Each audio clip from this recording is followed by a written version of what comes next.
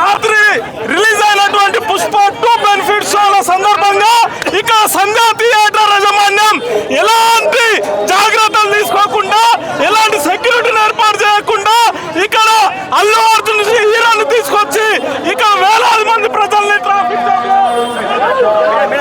Theatre చేసిన నిర్లక్ష్యం ఖండిస్తున్నాము. అల్లు అర్జున్ దీని మీద స్పందించాలని కోరుకుంటున్నాము.